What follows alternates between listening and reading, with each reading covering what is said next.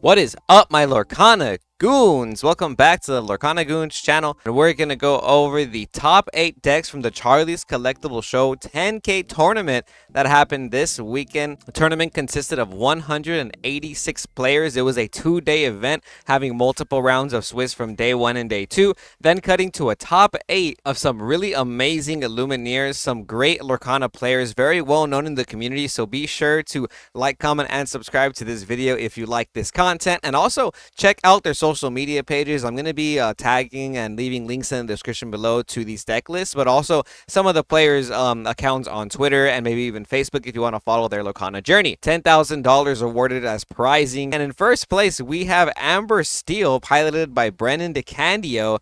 After top 8, Brendan used Amber Steel to win top 8, top 4, and the finals against a Ruby Sapphire deck by Jose Feliciano. If you don't know who Brendan DeCandio is, be sure to follow his Lorcana journey on Twitter. You can also hit him up for some coaching, I believe. He's a great player. He's been playing Lorcana for a very long time, I think since the first chapter, if I'm not mistaken, and now he's taken home first place at the Charlie's Collectible Show with Amber Steel song. No flutes, no pride lands, no harps, none of that nonsense. We're just playing a bunch of characters, songs, and look at this. We are back to playing Lantern at 3 in this list. If you guys have been following Brennan DeCandio, then you know that he is partial to playing Lantern in his Amber Steel decks. He had a 66 card list that he played Lantern in not that long ago, and this looks kind of similar. So we have 4 copies of the following: Cinderella Ballroom Sensation, Robin Hood Goons, Ariel Singer, Pete Games, Prince Naveen, 4 copies of those,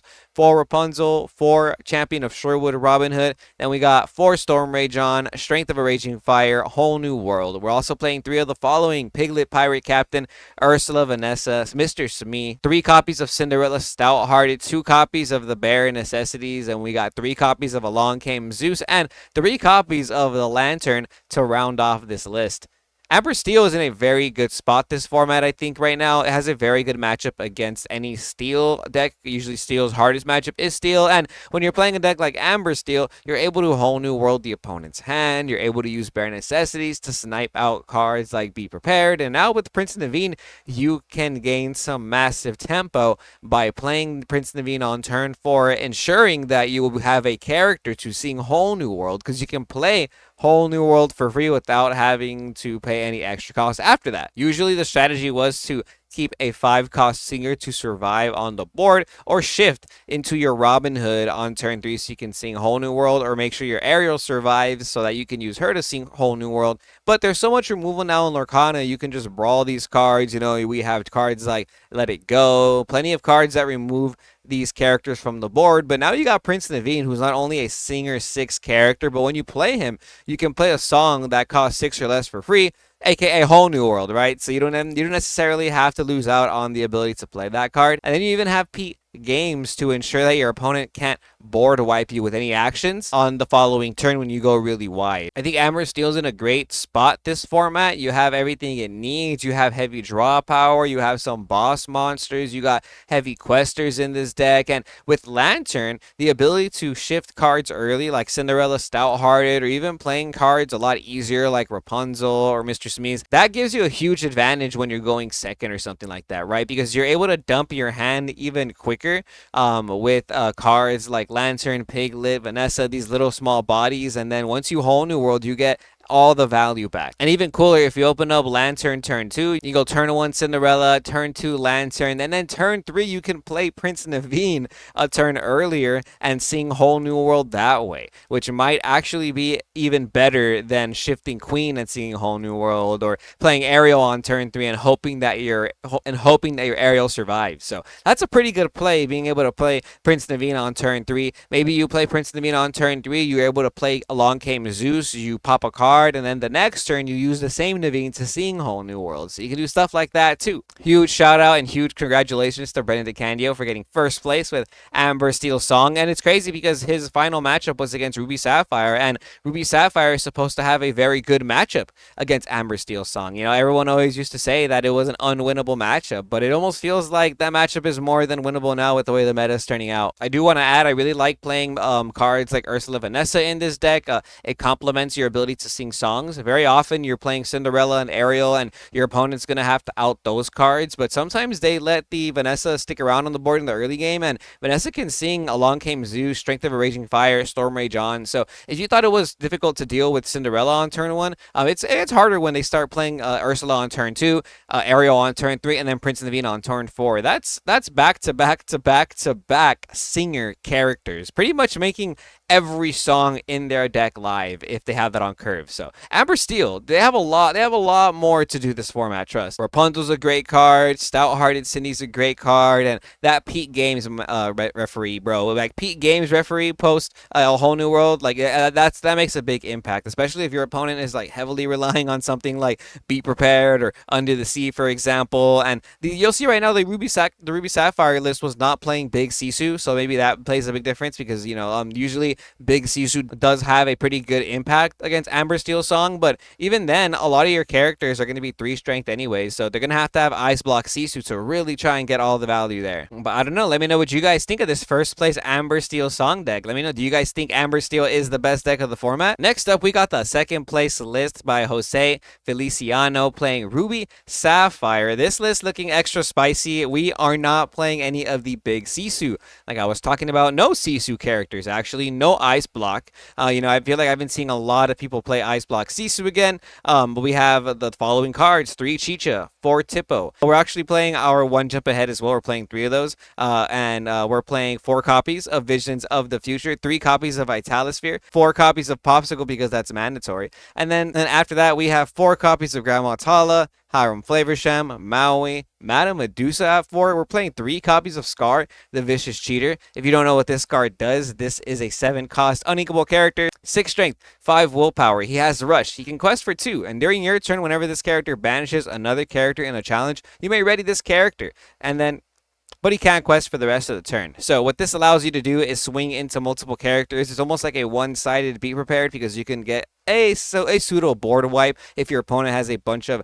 exerted characters, right? So against a lot of the aggro decks, against even decks like Amber Steel, this Scar can really put in some work. After that, we have 3 copies of Mufasa, Ruler of Pride Rock. This is a new card from Shimmering Skies. This card is pretty insane. Playing 3 copies in the deck seems like it's going to be your next win condition, right? So you can ramp into this, you play it, you get 2 random cards back from your Inkwell. He quests for 4, and whenever you quest, you're able to ready all your cards again. So this seems like a good closer alongside cards like your 4 copies of Tamatoa, 4 copies of Maleficent Monstrous Dragon, and last but not least, we are playing the 4 Be Prepareds because, you know, we got to play Be Prepared or Big Sisu at least, right? So 4 Be Preps in this. We got the 3 Vitalisphere, 4 Fishbone Quill, and 2 copies of Lucky Dime. Lucky Dime being the iconic win condition for Ruby Sapphire. So immediately I'm noticing that we're not playing the Ice Block variant in this. So we have no Sisus, no Ice Blocks. I do want to note that we are not playing any more like of those 2-drops like the Queen or the Evasive Pegasus like we used to. A lot of those cards were in the deck because you wanted to respect stuff like Diablo or certain aggro matchups, but it's looking like we are getting away with playing Chicha and Tipo as our early game characters. Chicha is a great card. It's an uninkable character, 2 strength, 1 willpower, has support, and says during your turn, whenever you put a card in your Inkwell for the second time, you draw a card. So pretty decent card. It's an extra draw engine for your Sapphire deck. I personally really like it. I do feel like there is a lot of steel in the current meta though, so it can be a little hard to resolve this Chicha, but you know, maybe you might want to consider playing either Chicha or a different 2-drop like the Queen, like I was saying, or that Evasive Pegasus like before. And Tippo's looking like a staple now in Ruby Sapphire.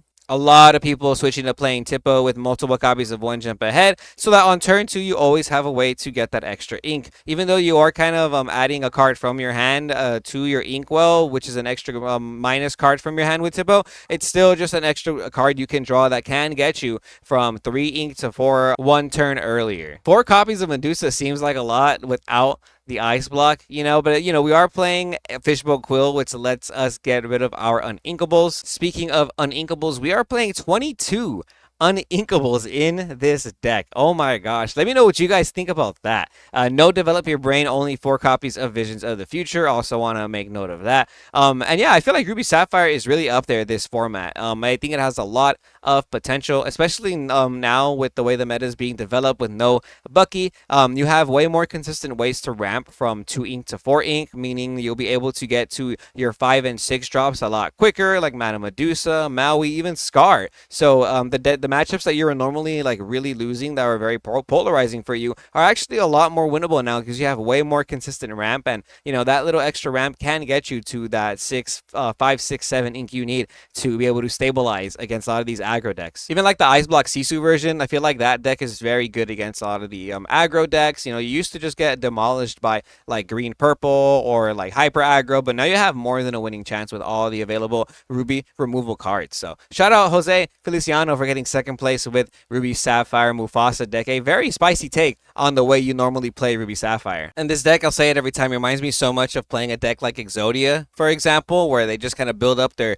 hand, they're controlling the board, they're not letting you do anything up until they can slap on Lucky Dime, Tamatoa, and that's a lot of pressure. But now they even have Mufasa to add to that pressure. So Lucky Dime plus a Mufasa, you know, that pressure is kind of insane. Or even just that Mufasa coming down on the board, you need to stop that. If not, they're going to be able to basically get 2 turns on you. And in a deck like Ruby Sapphire, yeah, they can take advantage of 2 turns. Trust me. Next up in top 4, we have the Ruby Amethyst list piloted by Kendall Burdett, aka No I'm Not. Shout out Kendall. Awesome guy. Please go follow his Twitter account as well so you can keep up with his Lorcana journey. He's been playing a lot too. He's been piloting Ruby Amethyst for a very long time, so he definitely knows what he's doing with the Ruby Amethyst deck. He's part of Team Labyrinth, and I've read his Ruby Amethyst guide before. Helped me a lot with the DLC in Fort Worth, Texas. So I do recommend you follow this guy. He definitely knows what he's doing, and he knows how to play Ruby Amethyst to the T. So I'm really enjoying this deck list.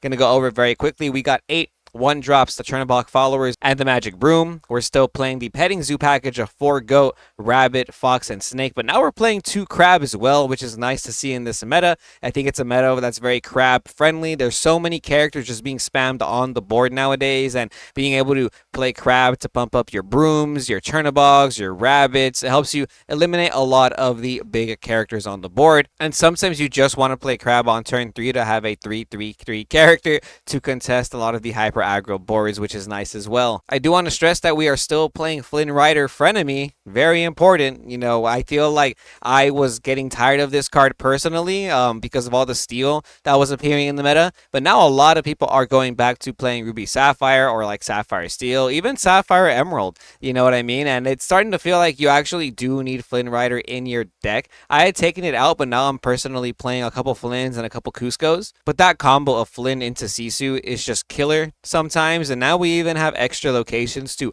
complement that combo, like Library. We used to play Castle on turn 4, so we still have 4 of those. Speaking of Sisu, we got 4 Sisus. We got the 4 copies of Maui, 1 copy of the shiftable Sisu in Powered Sibling, 3 Madame Medusa, 4 Friends on the other side because it draws us 2 cards, 4 Brawl because you need to have outs to Diablo, 4 Be Prepared because it is Be Prepared. It's the 7-drop card that destroys every character on the board. It's the big reset button. And then last but not least, the 2 copies of Library and the 4 castles for our location. Shout out to Kendall Burdett, keeping the Ruby Amethyst dream alive. One of my favorite decks personally. So it's good to see a fellow Ruby Amethyst enjoyer doing well at this tournament with it. In general, there's not any set 5 cards other than Library in this list. I know a lot of us are playing some new cards like Elsa the Fifth Spirit and stuff like that, or even Maximus, but it's looking like Kendall went more of a traditional route, keeping those 8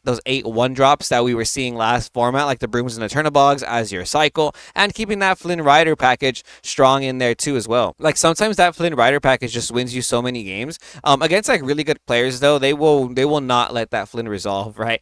Same thing with like Castle and Library. So like locations are crazy because like against like really good players, for the most part, they'll do whatever they can to play around your location. They'll hold Maui's, they'll hold Cuscos, but sometimes against like let's say more inexperienced players or even players who just got unlucky, they didn't draw the hand they wanted. If you open up Flynn, Sisu, Castle and they just don't have the cards to play in their hand, you're just gonna steamroll the game and win sometimes. Like sometimes this deck just does that, and that is why it, to me, in my opinion, it it is still one of the best decks of the format, if not the best deck of the format. Yeah, and you know it says a lot when you don't even have to add that many new cards from the new set. I do want to ask Kendall Burdett how good the library was though, but if you didn't know, you can combine library with Broom and Chernobog and give yourself some extra draw power, because library says whenever a character is banished while at this location, you draw a card. So if you have Chernobog followers and you move it to the library, you use Chernobog followers ability, you'll draw a card for the followers, then still draw a card for the library too. Also, a very good effect that I've been seeing a lot of people do is you'll set up a library on your opponent, and then on your opponent's turn, they start going pretty wide so they can out your library. When it's your turn again, you can move your characters to your library, then play Be Prepared, and you draw for every character that was on the library. So I've seen that. I've seen players do that little combo too. I think that's kind of nice. But yeah, definitely look out for Ruby Amethyst. Don't sleep on this deck. Now you're playing 4 beat preps and a big CISO as well. So there's multiple board wipes and even one that can't get sniped out of the hand. So definitely keep a look out for Ruby Amethyst this format still. And keep an eye out for Kendall Burdett, because this man is definitely good. He knows what he's doing. He's going to be at your Disney Lorcana challenges. In top 4, we have another Ruby Amethyst deck list. This list piloted by Zarek Zabkowsk. Shout out you for getting top 4 at the Charlie's Collectible 10K. This list looks a little bit more kind of to what I'm playing. I'm back on playing Olafs and Mini Mice again. We got 4 and 4 as our 8 1-drops in this deck. Then we got 4 Madam M Snake, the Flynn Riders right there, like I was saying. Our Petting Zoo package in this deck is just stacked, actually. Love to see it. 4 Snake, 4 Fox, 4 Crab, 4 Goat, 4 Rabbit. We're playing them all at 4. We're also playing 4 of the Sisu Emboldened Warrior to complement our Flynn Rider. Then we're playing 4 of Maui, 4 of the Elsa the 5th Spirit. This is the new card from Shimmering Skies. It's a 5-cost inkable character. She has 2 strength, 5 willpower, rush, evasive, and an extra ability that says when you play this character, exert chosen opposing character. I think this card is great. I think this card is straight up gasoline. This is a 1 card out to not only Diablo, but just a lot of cards in the metagame, especially aggro decks. Even when your opponent plays something like Flavorshim, they're not expecting you to be able to exert it, and then you can wipe it out if you're playing cards like Crab and Fox and stuff like that, right? Elsa 5th Spirit does what Pinocchio Talkative Puppet did for you in Ruby Amethyst during like sets 1 and 2, except the biggest difference being that this card is inkable, right? Obviously, it's a 5 cost instead of a 2 cost, but half the time you weren't even playing Pinocchio on turn 2 anyways. And on top of that, this card being a Pinocchio to exert opposing characters, that's like extra removal that you have in Ruby Amethyst, right? It also has evasive and rush. So that extra evasive ability is going to contest a bunch of evasive characters for no reason. Sir Hiss, Pegasus, Diablos, Flynn Riders. So many evasive characters get punished if you play Elsa the 5th Spirit in your deck, and I really like that. I enjoy it personally. I'm only playing 3, but boy, I really want to play 4.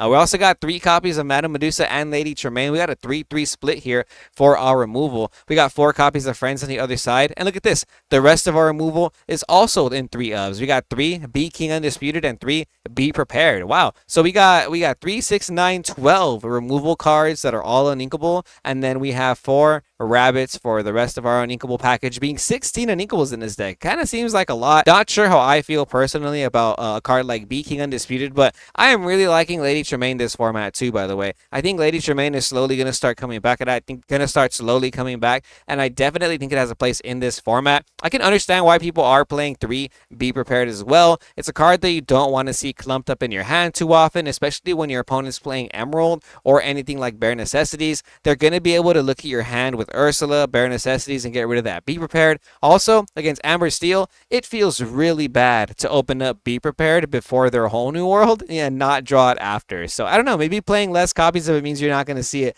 against those certain matchups when it happens. But Be Prep is a card that I always say, like, it's the worst card in Lorcana. It's never in your hand when you need it, and it's always stuck in your hand when you don't want it, right? I also want to point out, this list has 0 locations. We are not playing Castle. We're not playing Library. I like this a lot, actually. I just finished saying that I felt like locations were in a weird spot. A lot of great players will just hold their location out until you play your location, and and then it makes you feel bad. And now more color patterns have location removal. We have Rise of the Titans, we have the new Floodborn Simba, we have Cusco, we have Hideaway, plenty of ways to out locations, and I feel like Queen's Castle was really good against Emerald and Sapphire decks. And in this set, Emerald now received Your Welcome, and Sapphire received Cusco and Hideaway. So both colors have multiple ways to remove locations now. So I can totally understand why we are not playing locations in this list. And I love it. I think this is pretty smart. I think it's pretty big-brained. And personally, I think you can definitely get away with not playing locations in Ruby Amethyst. Yep, you guessed it. Another Ruby Amethyst in this top 8. This one piloted by Luca Serrano. Huge shout out Luca Serrano, an amazing young player in the Lorcana scene. I don't even think he's 18 years old yet, and he is dominating the Lorcana circuit. He actually got first place, I believe, at the last Charlie's Collectible Show 10K, and he's in top 8 again. Check this out, Luca Serrano, Ruby Amethyst. I believe Ruby Amethyst is his deck. As you can see here, he's also on the Olaf Minnie Mouse vibes again. We got 4 and 4. We got 4 Crab, Fox, Goat, Snake, and Rabbit. All of our petting zoo package is at 4. It's looking like a crab meta again, my goons. And look at this. We're also playing 4 copies of Elsa Fitz Spirit. Love to complement that with the crabs on the board. We have our Flynn Rider package because it just seems like a free win sometimes, alongside the Sisu Emboldened Warrior. We got 4 copies of Maui. We are playing 2 Tremaine and 3 Medusa. Yeah, so we are seeing Tremaine seeing way more play this meta already. 1 copy of the Sisu Empowered Sibling. This is the shiftable Sisu target. 4 copies of Friends on the other side, 2 copies of Be King Undisputed, 4 Be Prepared because it's Be Prepared, and then 4 copies of the Queen's Castle. Honestly, this list looks very similar to the last list that we just looked at. We got the 1/3s as our 1-drops in this deck instead of playing something like Chernobog Followers or Brooms. I've noticed that none of these lists are playing Maleficent Sorcerer anymore. What happened? I think Maleficent Sorcerer is great. I think it's a great card, but we are not seeing it in any of these lists anymore. So it's looking like we might be cutting that out of Ruby Amethyst as of right now. We are playing 4 copies of Merlin Crab. I wonder if you need 4. I do like that we're playing more removal now. We have the Tremaines. We have the Beat Kings again. You know, I feel like ever since Edmund Chu won his DLC, a lot of players were just heavily relying on Sisu and Be Prepared. And we are playing 16 Uninkables, a classic number for Luca Serrano. I think Crab complements the Olaf and the Minnie Mouse so well, and a lot of times players are just not respecting it anymore. You know, you play a card like Olaf and your opponent might start questing with their 2 or 3 willpower characters. A lot of Emerald decks as well. You know, everyone's always saying that the Lemon Lime deck has such a good matchup against, Ruby Amethyst, for example, but does it really have that good of a matchup when you're not playing that many non-characters anymore? Realistically, we only are playing 4 Friends, 4 Prep, and 2 Be King for our songs, and then Queen's Castle is our only location. There's a lot of characters in our hand now, so I think we can mulligan pretty well into that. I just think like Ruby Amethyst has a good matchup against everything in the meta right now. It might have one of the harder matchups against Steel, like Amber Steel, because of that whole New World situation, but at the end of the day, you're playing Medusas, you're playing Tremaines, shoot, you're even playing Be Kings, and those cards go a long way against your Amber Steel matchups, against your Sapphire matchups. We have Flynn Rider, against your Emerald matchups. The discard package isn't as bad as it used to be, and we can outpace them with Rabbit and Friends on the other side. And it used to be that they can play Diablo to stop us from drawing and taking advantage of that, but now we have Elsa the Fifth Spirit to not only contest Diablo, but sometimes just playing this Elsa on turn 5 means that your opponent cannot play a Diablo the next turn. They just won't. Like, they just won't play a Diablo, or even then, sometimes your opponent plays the 1-drop Diablo, they see your hand, and they're able to tell, oh wow, he has an Elsa Fifth Spirit, I can't play my Diablo now because it's gonna ruin that. I also noticed we're not playing Brawl in this list, Luca Serrano. Wow, that's actually crazy. I am still on Brawl. I feel like I want Brawl in my hand. I don't want to not have Brawl when they play the Diablos. But wow, yeah, Luca Serrano not playing Brawl in Ruby Amethyst. In fact, I don't even think any of these lists were playing Brawl. You know what? I take that back. Kendall Burdett's list was playing Brawl, but Luca was not playing Brawl, and neither was Zarek. So very interesting. Wow. Okay. So very interesting. It's looking like you can play the deck a couple different different ways. Having different strategies is always good in Lorcana. So, you guys let me know what you think the best way to play Ruby Amethyst is. Next up in top 8, we have an Emerald Amethyst list piloted by Corey Anderson. Shout out Corey Anderson, and shout out to Earlmeister for using this pretty much same deck list on stream. I think that's what it was inspired by, if I'm not mistaken. Big shout out to all the Clarabelle cow believers. I am a huge fan of Clarabelle. That is the cow that you see on your screen here. We're playing the 1-drop Clarabelle and the 7-drop Clarabelle in this deck, alongside a variety of cards, that we're not used to seeing in this color pattern. Usually when I see green purple in the last formats, it's usually been a more aggressive play style, but this is more of a green purple mid-range deck. Our 1-drops consist of 2 Cogsworth, 2 Rafiki, and 4 of the Clarabelle Clumsy Guest. The Cogsworth is from Shimmering Skies. It's a 1/1/1 character that when you play him, you can give any character rush, including himself.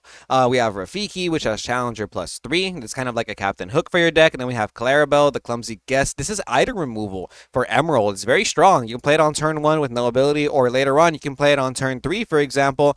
Pay 2 extra ink and banish any chosen item. So if you're playing against a Fishbone Quill deck, on their turn 3, they play Fishbone Quill. On your turn 3, you can play this Clarabelle and pop that Fishbone Quill. And that's really strong.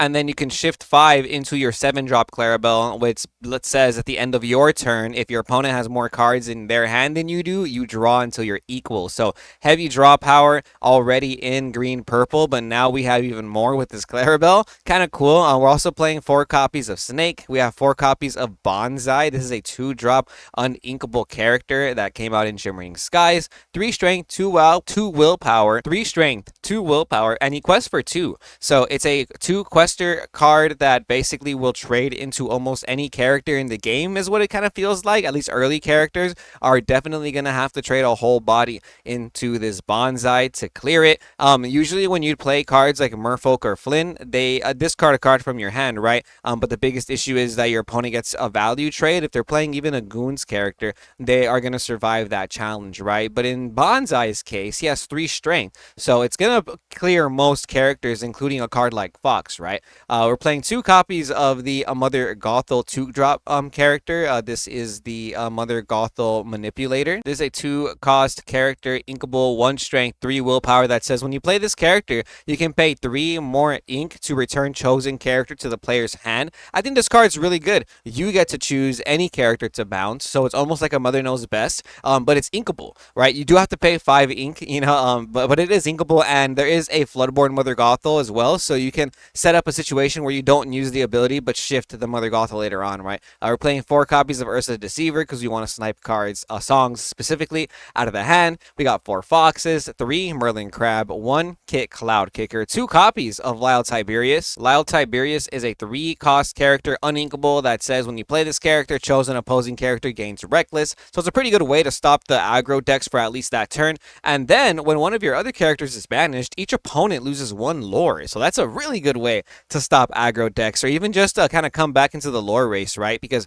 you can play this Lyle and you can start doing trades in your favor, and anytime one of your characters is banished, or your opponent will still lose that lore. So that's on either player's turn, so that's pretty good too. And he kind of sticks on the board anytime your opponent has to make a value trade to stop you from questing. They're going to lose out on lore too. We got the 4 goats, the 4 rabbits, because we need to gain lore and draw cards. 2 copies of Elsa the Fifth Spirit for our evasive and Diablo outs. 2 copies of Cricky. Cricky's really powerful in Emerald. I feel like most Emerald decks will play Cricky right now. It's a card that quests for 3, which is just very good in a deck like this, and it has an ability to give all your characters +3 strength, so you can get some pretty good value trades, or you're able to out locations with Cricky, assuming you have little characters on board, right? And with this Cogsworth, you can actually do some cool combos where you play Cogsworth, then Cricky, and then your Cogsworth can have Rush already because you gave it Rush, and now we'll have 4 strength because of the Cricky, right? And that's only 6 ink, so that's not bad either.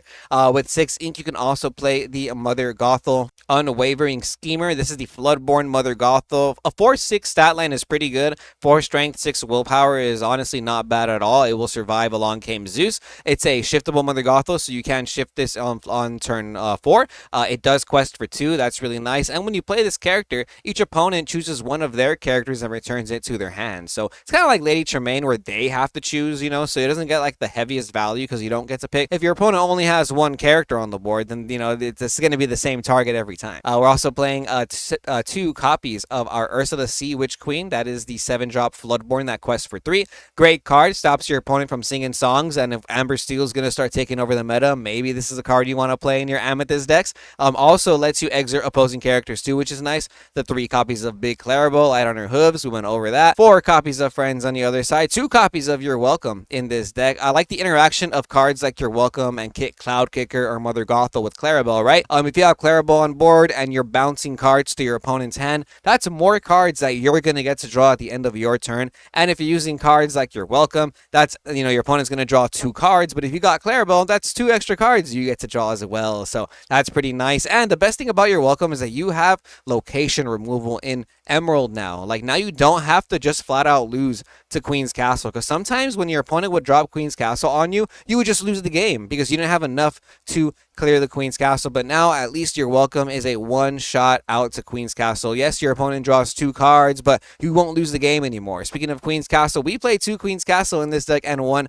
copy of Library to round that off. And let's not forget about the 1 copy of Emerald Chromicon. This is an item from Shimmering Skies that says during the opponent's turn, whenever one of your characters is banished, you may return chosen character to the player's hand. So this card is pretty good. It's kind of slept on, but I don't know if you want to play more than 1 copy of it. When you set it up on the board, it sets up weird game states where anytime one of your characters is banished, you're able to bounce one of your cards or one of your opponent's cards. So it causes some pretty tricky interactions where your opponent has to choose who they're going to swing with first, who they're going to challenge first, and who they're going to banish first, and risk bouncing either their cards or the opponent's cards. But it's a really good card to help you swing back tempo in your favor. It works really cool with Lyle Tiberius as well. Now your bouncy cards and your opponent is losing lore, and obviously if you bounce your opponent's cards, then your Clarabelle is going to gain value there too. It's a card that helps you survive too, because most of the time your opponent is trying to pick off your little characters back and forth, and every time they banish one of the characters, they're going to have to bounce that character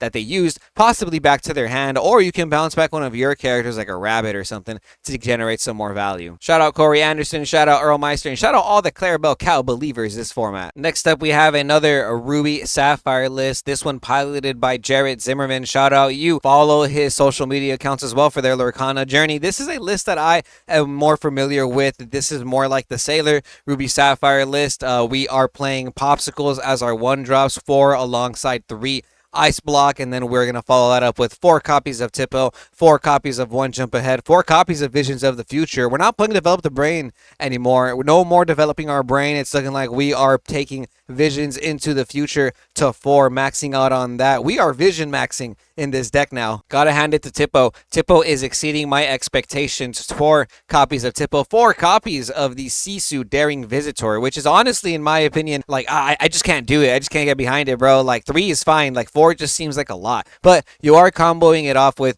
Ice Block, which is really nice. And sometimes maybe you're just playing it just so you can shift Sisu against some of those aggressive decks. You know what I mean? It does have evasive, so it can stick on the board and generate you some good lore. And maybe sometimes you just need an evasive character to contest other evasive characters like Sir Hiss or Pegasus or something. We also got 4 copies of Grandma Tala, 4 copies of Flavorsham, Maui. We got 3 Medusa and 3 Cusco. Love to see it. I think bumping Cusco up to 3 or playing 3 Cusco might be the way in most Sapphire decks, or maybe something like 2 Cusco, 1 Hideaway. But I just like 3 Cusco as well at this point because you're getting the body, and questing for 2 is really good. Sometimes your lucky dime just needs more characters that can quest for 2 in your deck, and Cusco having that extra lore is very powerful. Gotta respect Cusco. I assume everybody's playing at least 2 to 3 copies of it, and it's the reason why I'm not a big fan of locations right now. You know what I mean? A lot of players coming back to Ruby Sapphire this format. We got 4 copies of Sisu, Empowered Sibling, the Uninkable Sisu, the Board Wipe. Destroy every character with 2 strength or less. And if you're playing Ice Blocks, if you got multiple Ice Blocks on board, you can hit multiple characters and lower their strength, you know, and then your Sisu comes down and you're able to just wipe the whole board, right? You don't even need to be repaired because your Ice Block combo is pretty nice. We got 4 Tamatoa because it's like our Exodia piece. We want to finish the game off with Tamatoa Lucky Dime. 3 copies of Maleficent Monstrous Dragon. Love to see it. A legendary from the first chapter, still making waves in a heavy meta deck, right? And we got 2 copies of Be Prepared because it's still, you know, one of the best cards in the game. It's the big reset button, but only 2 copies.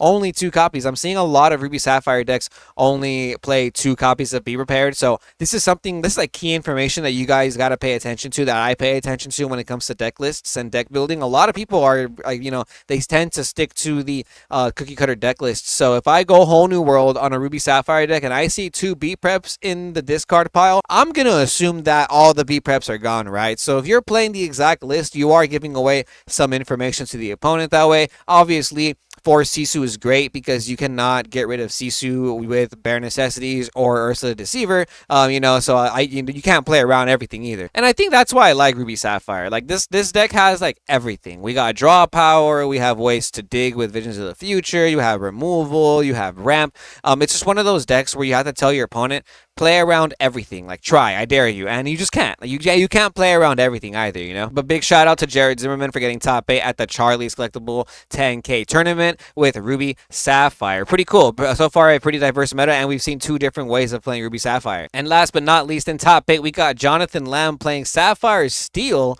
getting top 8 at the Charlie's Collectible 10K. I haven't seen a Sapphire Steel deck in a minute.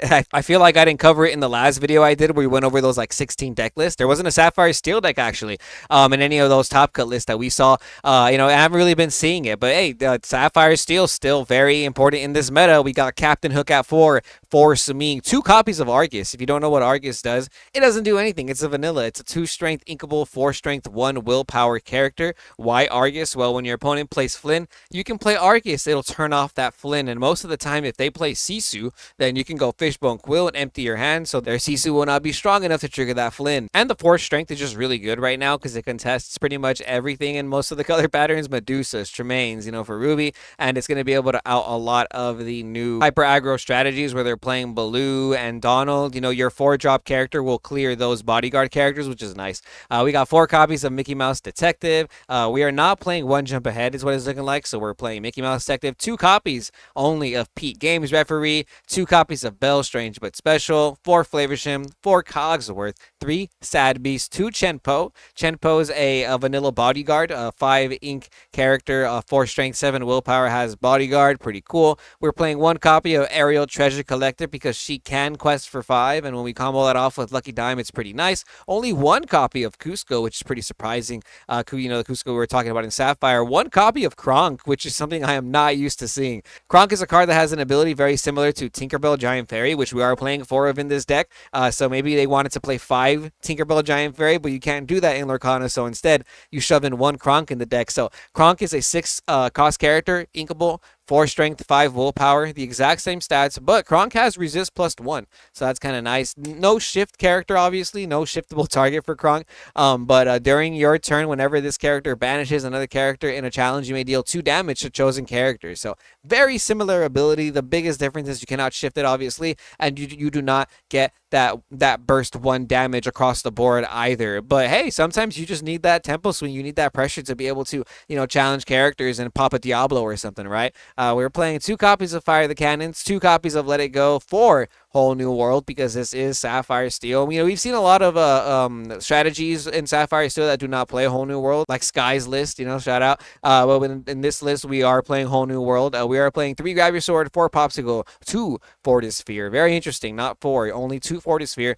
2 Lucky Dime, and 4 Fishbone Quill. I think Sapphire Steel is pretty good, especially against the Amber Steel meta. Sometimes Steel's hardest matchup is Steel, especially Amber cards. A lot of early Amber cards kind of fold to some of the Steel cards, right? They play a Cindy, you play a Fire the Cannons, and you're able to kind of take back a lot of that tempo. They play a Whole New World while you already have a Fishbone Quill ready, and you're just able to, use your entire hand and constantly drop big characters. One of the biggest things, too, is that you can play Cogsworth on an Amber Steel deck or an Emerald Steel deck, and your Cogsworth is going to take that game to another level. Playing double Cogsworth against a lot of Steel decks turns off Grab Your Swords, Fire the Cannons, Tinkerbell Giant Fairy, so it's actually pretty crazy. I like this color combination because you can take advantage of stuff like that. And Cogsworth's probably one of the safest cards to be able to sing to play, so you can sing Whole New World, which is really nice. And now you even have cards like Pete Games Referee to stop your opponent from board wiping, Be Prepared, or stuff like that. And you have Cusco Selfish Emperor, so you can stop pesky locations too in case that gets out of hand. Because sometimes a lot of the Ruby Amethyst strategies are just slap castle and hope they don't have it, but now you can make sure you have it. But that is the top 8 for the Charlie's Collectible Show 10K tournament. Top 16